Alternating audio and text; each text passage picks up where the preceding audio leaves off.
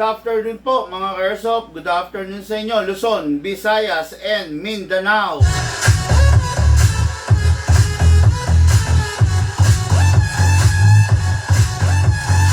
Okay ngayon mga Airsoft, magkakasama po tayo sa ating review and unbox ng unit ng ating mga bossing.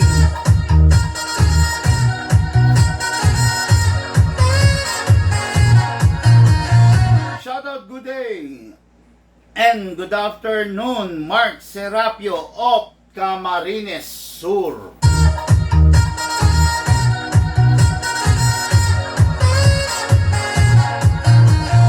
Shoutout, good day, Eric Magdangal of Lucban, Quezon Province.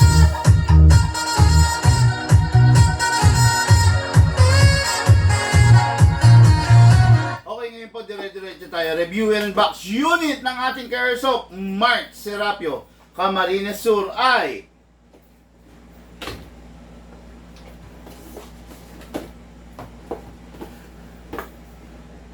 no other than the Nobrits SSP5. Okay, nagkataon dalawang 6.0 to. Kaya nagkataon ang gagawin natin vlog ngayon is Battle of the 6.0.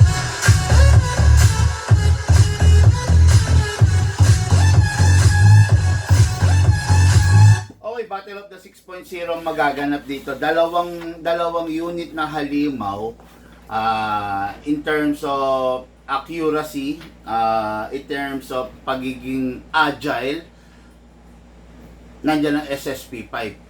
In terms of pagiging power, and at the same time, meron rin namang masasabing accuracy, nandiyan ang The Godfather. Okay, so discuss natin, ipapaliwanag ko sa inyo, ipapakilala ko sa inyo ang pagkakaiba, yet ang pagiging parehas na maganda nitong both of this unit. Okay? Sa mga pistol, meron tayong tinatawag na, simulan natin sa mga 2011 na. Meron tayong mga tinatawag na 3.1. Meron tayong tinatawag na 3.8. Meron tayong tinatawag na 4.3. Meron tayong tinatawag na 4.8. Meron tayong tinatawag na 5.1, 5.2 at saka 6.0. Actually, meron pang 7.0. Itong unit na to is kung tawagin 6.0 sila. 6.0 ibig sabihin 6.0 yung length, no? Length mula dun sa half-up chamber hanggang dun sa dulo ng barrel. Yun yung length. Yun yung kung tawagin 5.1 travel, 5.2 travel, 6.0 travel. Okay. So, may iba yan kung magkakaroon ka ng upgrades like changing of the inner barrel kasi yung travel mula dun sa half-up chamber is hahaba. Okay? It is safe to say and good to say na the more na humahaba, the more na lumalakas. Bakit? Kasi the more na humahaba, the more na nakakakuha ng buwelo yung mismong BBs bago lumabas sa outside air. Nakakabuwelo siya di ba? Yung buwelo na 0.1, 0.2, malaking bagay po iyon sa mga BBs, no? Kaya doon sa mga taong precise talaga mag-isip, perfectionist, yung point, let's say, between 5.1 and 6.0, so lumalabas, nun mga ka-airsoft, napakalaki nun. 5.1, so meron lang 0.9 travel difference, ha? Napakalaking bagay po nun. So ibig sabihin, yung 1 inches, ang laki ng dinadagdag, no? Kaya yung unit, sa totoo lang, mas mahaba, mas pino. hindi ko naman sasabihin na yung unit mas mahaba, mas maganda. Hindi ko sasabihin yun kasi hindi naman talaga ganun ang pangyayari. Mas mahaba, mas pino yung bibis kasi mas nakakabuelo. Okay? Ngayon, in terms of FPS, ang magbibigay ng lakas ng FPS is yung upgrades na ginagawa mo doon sa laman loob. Okay? For example, ganito. Halimbawa, between 2011 and Glock. Pwede natin silang i-upgrade parehas. Pero, hindi kahit kailanman kayang abutin at hindi kailanman kayang kayanin ng Glock yung FPS na kayang ibigay ng isang 6.0 or ng isang 5.1. Bakit? Tignan niyo naman kasi ang Glock. Ang Glock kasi ganito lang talaga kahaba. Kung i-compare mo siya sa 6.0, ipagtatapat na lang natin ha. Yan. Kung i-compare mo siya sa 6.0, there is a 3 inches difference. 'Di ba? 3 inches. Kaya yung kayang ibigay ng Glock more than sa kayang ibigay ng Godfather. 'Di ba? Pero huwag kayong maguguluhan doon. Kasi doon na pumapasok mga ka-airsoft yung lagi kong sinasabi. Every unit merong purpose. Every unit merong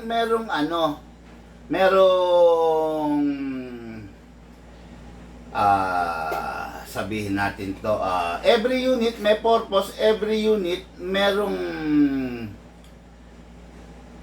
masasabi nating silbi. Merong tama. Look, i-screenshot mo nga to. Paano mag-screenshot dito? Wala. Ito na lang, copy link ko. Paano i-copy link to?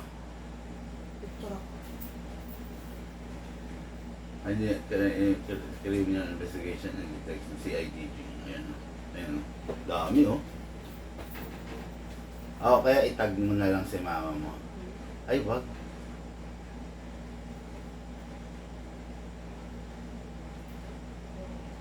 Oo, no? Nakakuha lahat yan, no? Sa kanila yan. Siyempre. Okay na. Every unit meron talagang special purpose kung paano at saan mo gagamitin. Kaya nga lagi ko sinasabi, halimbawa, yung unit mo kung Glock, merong special purpose yun kung saan mo gagamitin, kaya ka nag-unit ng Glock. Okay? Ngayon, kung naghahanap ka ng firepower, bakit ka nagpunta sa Glock? Yan. Yun ang lamang pag yung sinabi mo na kay mama? Wala pa eh. Nandiyan na sila? No? Merong purpose yun. Ganito. Ang lamang, pag yung ganito, newbie ka, di ba? Newbie ka. Mas lamang na lamang ka kung makakabili ka doon sa taong nakakaintindi ng mga unit. Kasi mapapaliwanagan ka eh. Maibibigay yung paliwanag eh. Ngayon, pag ikaw hindi ka napaliwanagan, pag yung unit na kinuha mo hindi best, hindi fit para dun sa pangangailangan mo, yan na yung pagkakataon na hindi ka mag-e-enjoy. Okay? Pag yung unit na nabili mo is hindi naman fit dun sa paggagamitan mo, yan na yung pagkakataon na hindi ka mag-e-enjoy. Ganito yan, mga ka-airsoft, no? Halimbawa sa sasakyan na lang. Okay? Huwag na tayong lumayo, sa kotse na lang. Ang trabaho mo, manager ka ng bangko. Manager ka ng bangko, ha? So, bahay, opisina ka lang. Ang the best na sasakyan na gagamitin mo is something na maliit lang and something na hindi naman masyadong bulky sa kalsada, something na matipid lang sa gasolina, and something na enough para makapag-travel ka. Ano yun? Sedan. 4-door sedan, 2-door sedan, pwede na. Diba? Ngayon, kung manager ka ng bangko, bahay-opisina lang, huwag kang gagamit ng sasakyan na van. Diba? Biruin mo ha, mag-isa ka lang tatravel, bahay, opisina, bahay, opisina. Ang dala mo, van, parang hindi fit, parang hindi maganda. 'Di ba? Oh, bahay, opisina, bahay, opisina, bahay, opisina ka lang, tapos magdadala ka mga big SUV, parang hindi maganda, 'di ba? Pero kung bahay, opisina ka, dala mo sedan, kotse, Mirage, Vios, 'di ba? Or the equivalent value, mga Honda City, Honda Civic, pwede na 'yon, 'di ba? Ayun, yun yung sinasabi ko. Ngayon, to, ang purpose mo ng paggamit ng sasakyan, aakyat ka ng Mount Banahaw, Mount Samat, aakyat ka ng bundok. Huwag ka magdadala ng kotse. Diba? Huwag ka magdadala ng kotse. Laglag yan doon. Huwag ka rin magdadala ng van. Ano dadalin mo? Magdadala ka 4x4 na SUV, 4x4 na pick-up. O, diba? O, pupunta ka sa mall. Bibili ka ng ref. Ref, patayo.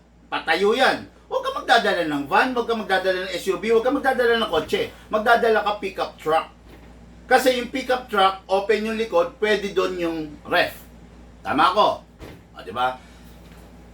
Napaka-importante na yung unit na gagamitin mo is bagay sa pangangailangan mo. Para magtagal ka, ma-enjoy mo yung airsoft. Okay. Walang tinatawag na all-purpose. Walang tinatawag. No? Gusto mo maglalaro ka ng war games. Bili ka ng unit na pang war games. Yung pang baro-balan, yung pang heavy duty. Bili ka. 'Di ba? Huwag kang magwa-war games tapos gamit mo high-end John Wick with Viper 1911 D-Day. Huwag kang ganon, 'di ba? Kasi during the game, marami pwedeng mangyari. Pwede kang madapa, pwedeng yung unit mo malaglag.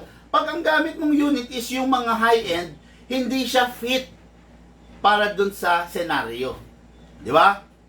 O ngayon, maglalaro ka naman practical shooting. Bumili ka ng unit na disente. Di ba? Sa practical shooting, paangasan, patikasan ng laban. Bukod sa pagwapuan ng unit, kailangan magaling ka. Bukod sa magaling ka, mabilis ka, asintado ka, kailangan yung unit mo gwapo. O, di ba? Yan ang labanan. Di ba? We have to accept the fact na yan talaga ang kalakaran. No? Yung magaling ka na, yung unit mo, sablay, hindi ka rin nakakita ng podium. Kaakibat ng pagiging magaling mo na player is pagiging maganda mo na unit. Anong balita? Galing ka meron ko? Ano sabi? May pinapadagdagan na lang na bushing. Na? Bushing. O tapos? Kaya approving. Sino magdadagdag nun? Si Jerry. Kaya ni Jerry. Sinabi mo sa kanya, anong bushing? Tinuro mo? Oo. Bakit na-inspect na ba nila? Pinakita ko yung picture. Oh. Ayun. Ayan o, yung ito. Yung bushing dyan. Saan bushing? Anong bushing? Anong example?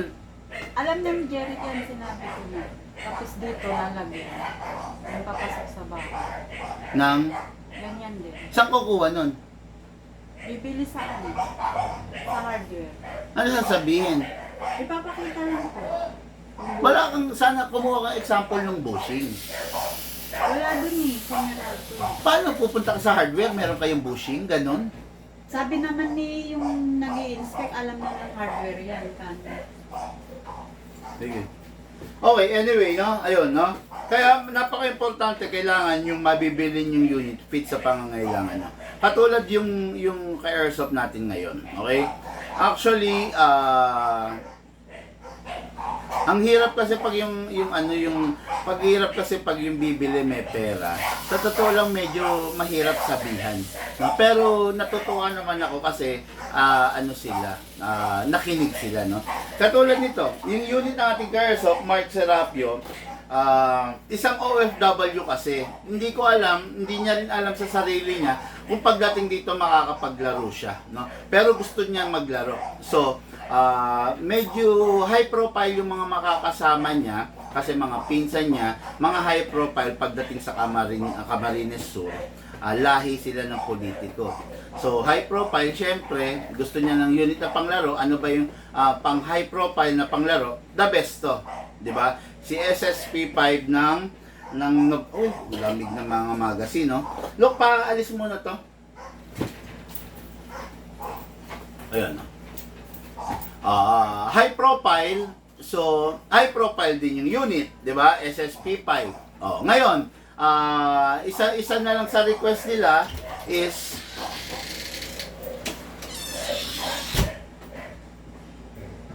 Big Man. Gusto ko maging maayos yung unit. Big Man, gusto ko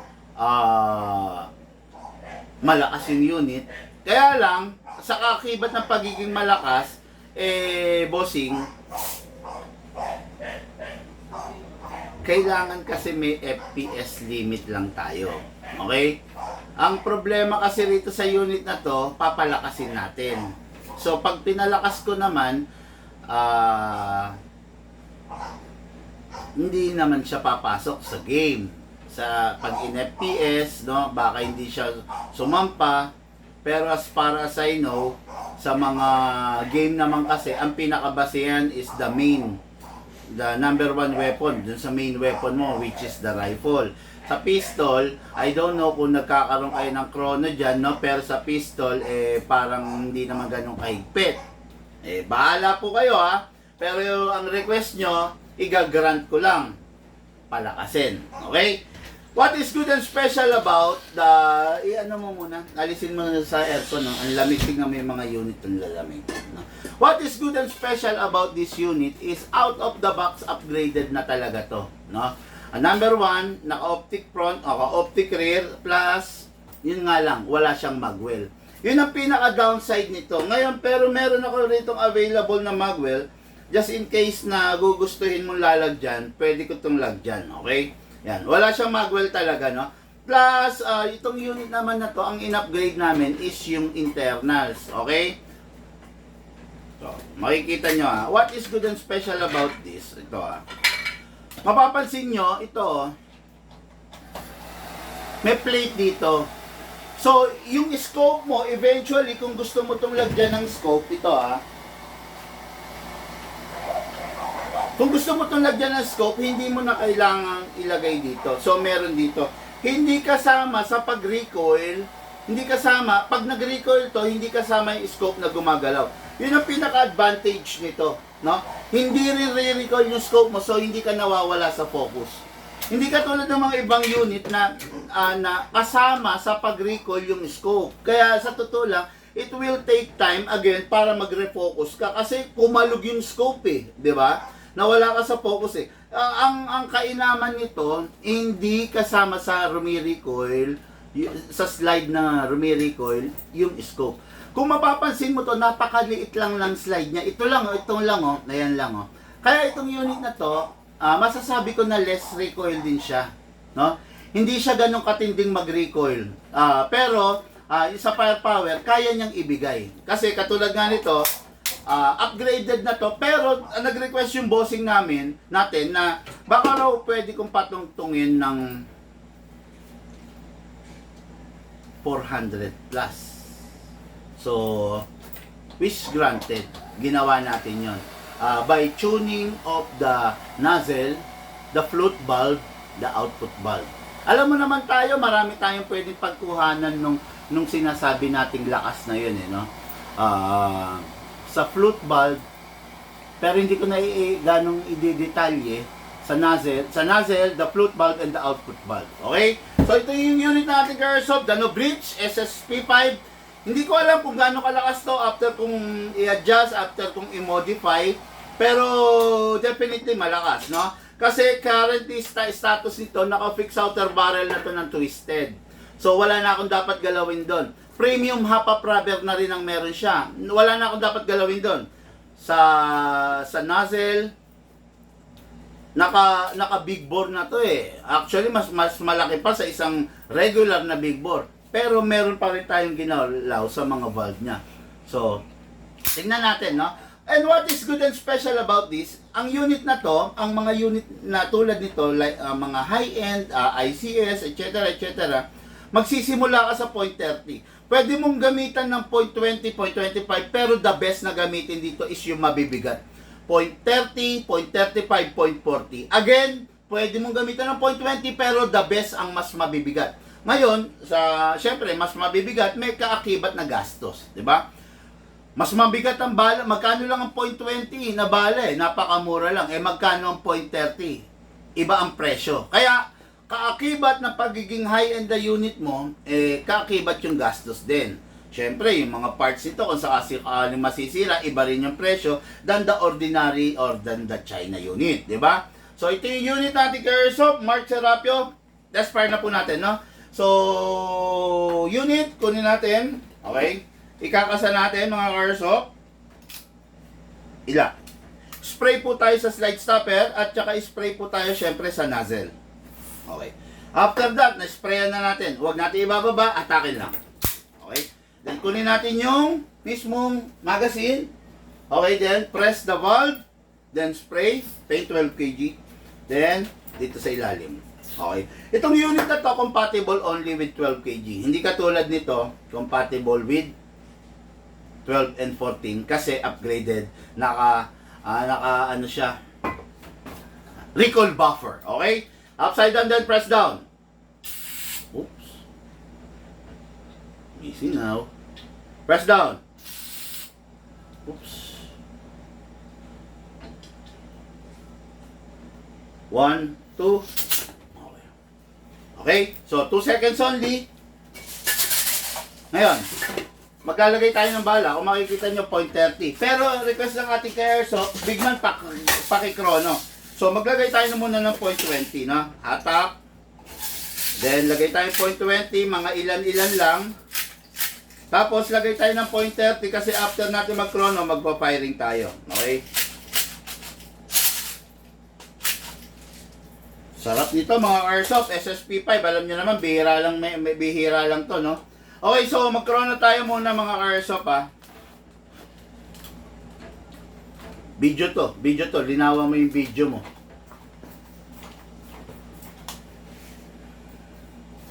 Chrono tayo.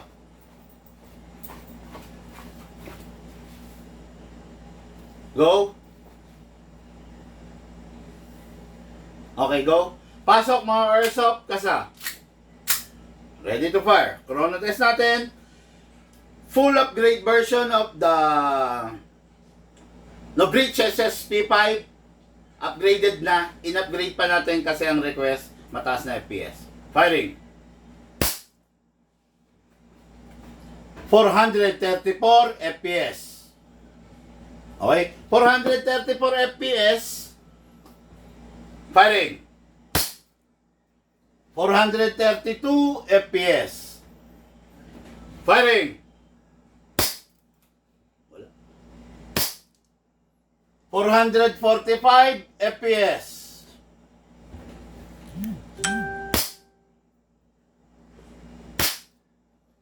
$442 FPS. Okay. Ayan. Nakita nyo naman, di ba? Ipanglalaro kasi to. Actually, kaya ko itong gawing 500. Kaya lang ang problema, I'm worried kasi ang purpose ng ating ka-airsoft ipanglalaro. Pag ginawa ko itong 500, paano naman niya may panglalaro? Di ba? Kung mapapansin ninyo, magpa-firing tayo, hindi gagalaw gaano, less recoil. Okay? Kasi napakalit lang ng slide nito. Okay? Novritsch SSP5, firing.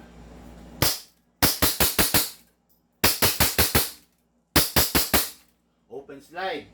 Kasi wala nang bala. Next thing to do, release the magazine, then release the slide. Huwag hatakin to. Then rest the hammer by pressing the trigger. Okay. O, nakita nyo, di ba? Napakaganda ng firing niya, responsive. Sisimula mo to sa 0.30 na bala. Pero nag-chrono tayo using 0.20 kasi yun yung standard.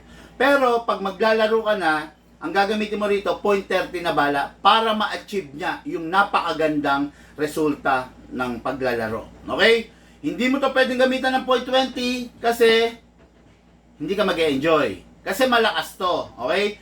0.30 kailangan dito, bossing. Okay? So, yung magazine natin, kung sakaling hindi na gagamitin, itatabi natin yung unit, make sure wala namang bala, dapat wala namang hangin. Pasingawin. Kita nyo, grabe, daming laman, di ba? Kasi naka-fine tuning, naka-trigger job na to, no? So, itong unit na to, upgraded na to nung dumating sa Pilipinas. In and out. Pero, fine tuning, trigger job, okay, naka-hammer protection pad na. Fine tuning, trigger job, at saka increase ng FPS lang yung ginawa natin dito. Okay? So, yung unit na to, ready for packing, and syempre, ready for shipping. High-end po ito, hindi po ito budget meal, hindi po ito mamarahin. Dano Brits SSP5.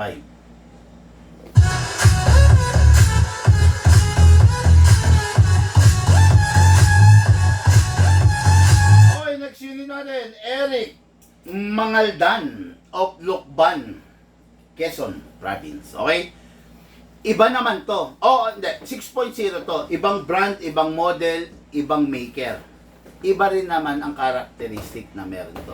Kung yung isa accuracy, agility, present doon, ito naman purely firepower and slight accuracy lang. Okay? Kumbaga, habang lumalakas yung barrel, syempre, lumalakas yung putok, nawawala ka sa focus, nayayanig yung katawan mo, ibang-iba po to. This is the Godfather 6.0. Out of the box, upgraded, optic front, optic rear, plus the Camagwell. Out of the box yan. Okay? Anong ginawa niyo dyan na upgrade, big man? Okay? Number 1, the fixed outer barrel, the fine tuning, the trigger job, the hammer protection pad, the half-up rubber, at saka enhanced big bore nozzle. Enhanced big bore nozzle, ha? So, itong unit na to, meron siyang matatawag natin na karakteristik na wala dun sa iba, na iba dun sa iba. Okay? So, start na natin. Huwag na natin patagalin. Kasa natin, ilak manually. Again, ha? Kung meron nito doon sa iba, may nakita kayo nito sa iba, ibang-iba po yun sa amin. Okay? Ibang-iba. Ngayon, makikita nyo sa FPS. FPS test po natin. Okay? Yan dito. Okay. So, meron na yan. Ngayon, magazine. Pasuyo. Okay. Mga Airsoft, tag-ulan na kasi ngayon, in-announce na rin ng Pag-asa, sobra na ang lamig. Katulad ngayon dito sa shop, nakatutok sa atin yung aircon, talagang sobra na lamig. Ganon din kayo pag maglalaro kayo, wag ninyong i-expose sa aircon yung unit ninyo, no? Hangga't maaari nakabulsa sa inyo para hindi siya naka-absorb ng lamig. Kasi pag malamig ang magazine nyo, hindi kayo mag-enjoy sa unit ninyo. Press the valve, then spray. Okay, then dito rin sa ilalim spray. Okay, 12 kg. Itong unit na to, compatible with 12 kg and ngayon compatible with 14. Nasa beta stage tayo. Sinusubukan natin kasi meron na kung ilang piraso lang na recoil buffer. So, naka-recoil buffer to kaya pwede mo gamitan ng 14 kg. Pero for now, 12 muna. Okay? 1, 2, okay. 2 seconds lang, ha? Okay, tapos maglagay tayo ng 12.20 grams. Okay? Then, maglagay tayo ng 0.30 grams. Yung 0.30 grams kasi magpa-firing tayo. Yung 0.20 grams dahil magkokrono tayo. Okay? Ngayon, video.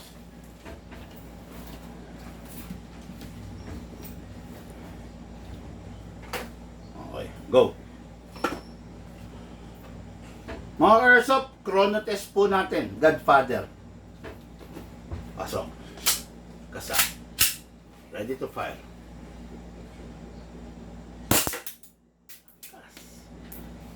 459 FPS.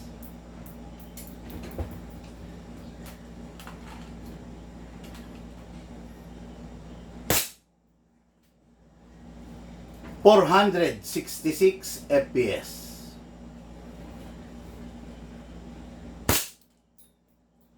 462 FPS.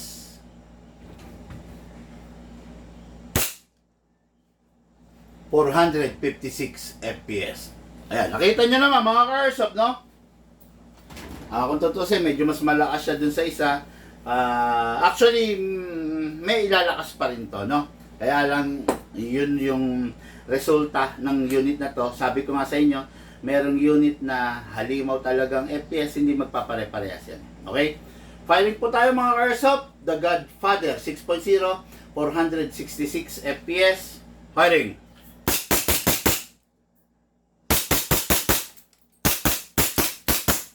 Open slide. Kasi wala na siyang bala. Next thing to do, release the magazine, then release the slide. Then rest the hammer by pressing the trigger.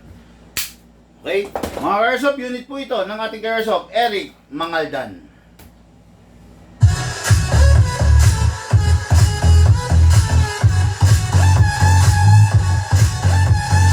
Yung unit, pag wala ng bala, itatabi mo na, hindi ka na maglalaro. Make sure pasingawin mo. Dami naman.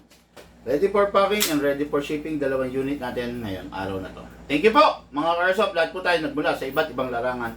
Pinabuklod, pinag-isa ng iisang libangan. Yun po paglalaro ng airsoft. At po sa inyo ng inyong lingkod, Big Man.